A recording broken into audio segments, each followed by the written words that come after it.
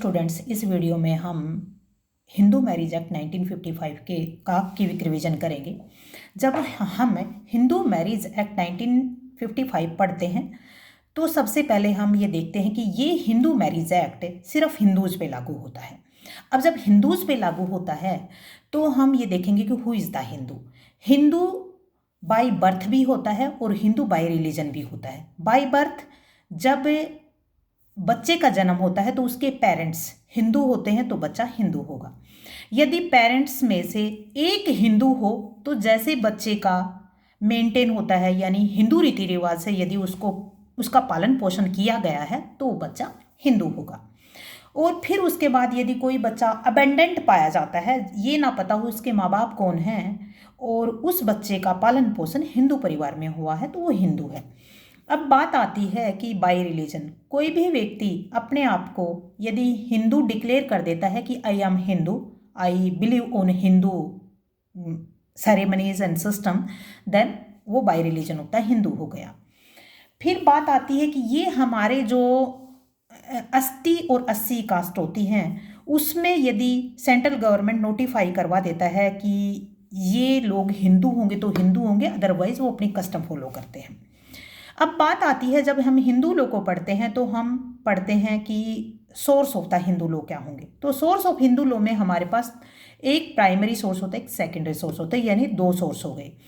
तो primary source में हमारे पास श्रुति, जो सुनने के आधार पे जो बातें लिखी गई, स्मृति, जो यादाश्त के आधार पर जो बातें लिखी गई हैं, और भाष्य और टीका टिप्पणियाँ की जो जूरिस्ट आए, हिंदू से रिलेटेड जूरिस्ट आए, उन जूरिस्ट ने जो परिस्थितियों के अनुसार लिखा हो, और कस्टम जैसे लोग मानते हैं, वो प्राइमरी सोर्स हो गए। अब आते हैं हम सेकेंडरी सोर्स में। सेकेंडरी सोर्स में सबसे इंपॉर्टेंट सोर्स होता है कि लेजिस्लेशन ने जो लॉ बनाया है वो लॉ फॉलो की जाती है। उसके बाद प्रेसिडेंट, हमारे सुप्रीम कोर्ट या हाई कोर्ट जो लॉ डिक्लेयर कर देते हैं, प्रेसिडेंट फॉलो की जाती हैं। उसके बाद हमारे जूरिस्ट की जो बातें हैं, या इक्विटी, जस्टिस या गुड कंसाइंस के अकॉर्डिंग यदि कोई भी लेजिस्लेशन नहीं है या सुप्रीम कोर्ट या हाई कोर्ट का कोई लीडिंग डिसीजन नहीं है तो उस time equity, justice, good conscience पर डिसीजन दिए जाते हैं। अब बात आती है हमारे यहाँ स्कूल्स कितने हैं। हिंदू लॉ में 2 स्कूल्स होते हैं, एक मिताक्षरा, एक दया भागा। यदि हम मिताक्षरा की बात करें तो ये मैक्सिमम इंडिया में मिताक्षरा लागू होता है, और दया भागा हमारा आसाम और वेस्ट बंगाल में लागू होता है। अब बात आती है कि हिंदूज जो होते हैं उनकी मैरिज, सबसे पहले सोसाइटी है तो सोसाइटी, सभ्य समाज में सोसाइटी मैरिज पे डिपेंड होती है। मैरिज होती है तो सोसाइटी बढ़ती है, सोसाइटी बढ़ती है तो हमारे ओब्लिगेशंस, राइट्स एंड ड्यूटीज बढ़ती हैं। अब मैरिज किन लोगों के बीच में होती है? हिंदूज के बीच में होती है। लेकिन जब मैरिज हिंदू के बीच में होती है तो कुछ कंडीशन फॉलो करनी पड़ती हैं।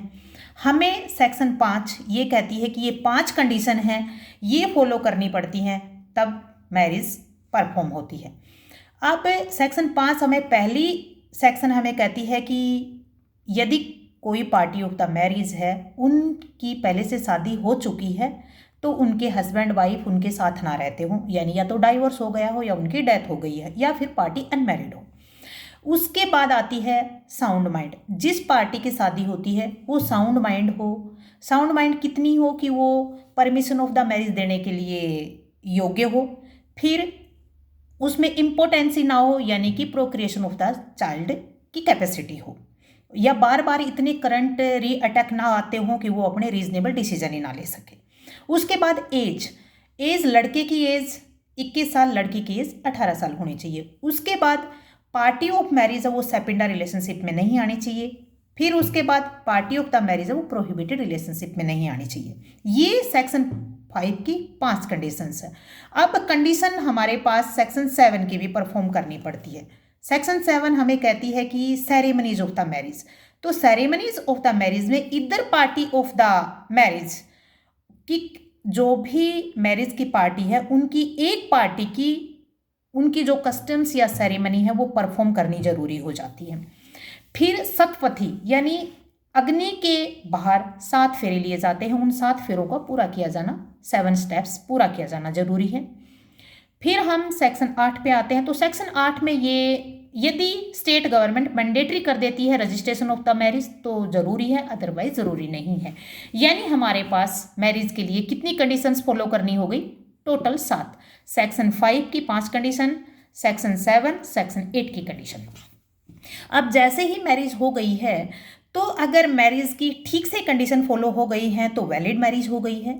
यदि सेक्शन 5 की कंडीशन 1 और कंडीशन 4 और 5 को फॉलो नहीं किया गया है तो फिर उसके बाद वॉइड मैरिज। यदि सेक्शन 5 की क्लोज 2 और क्लोज 3 नहीं किया गया तो वॉइडेबल मैरिज।